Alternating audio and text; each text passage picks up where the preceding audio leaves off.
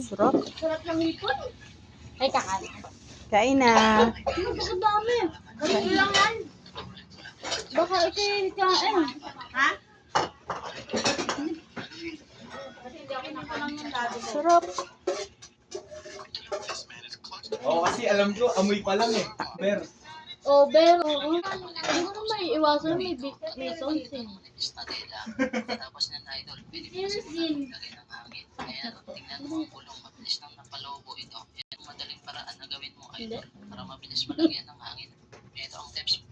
Magkano isa nung mas Dati sa Ace ngayon, 10. Ay, po isa? Oo, yun yung ano, tindahan. Pangalawang beses na yan. Yung tindahan niyo ko. Ito na para sa iyo guys.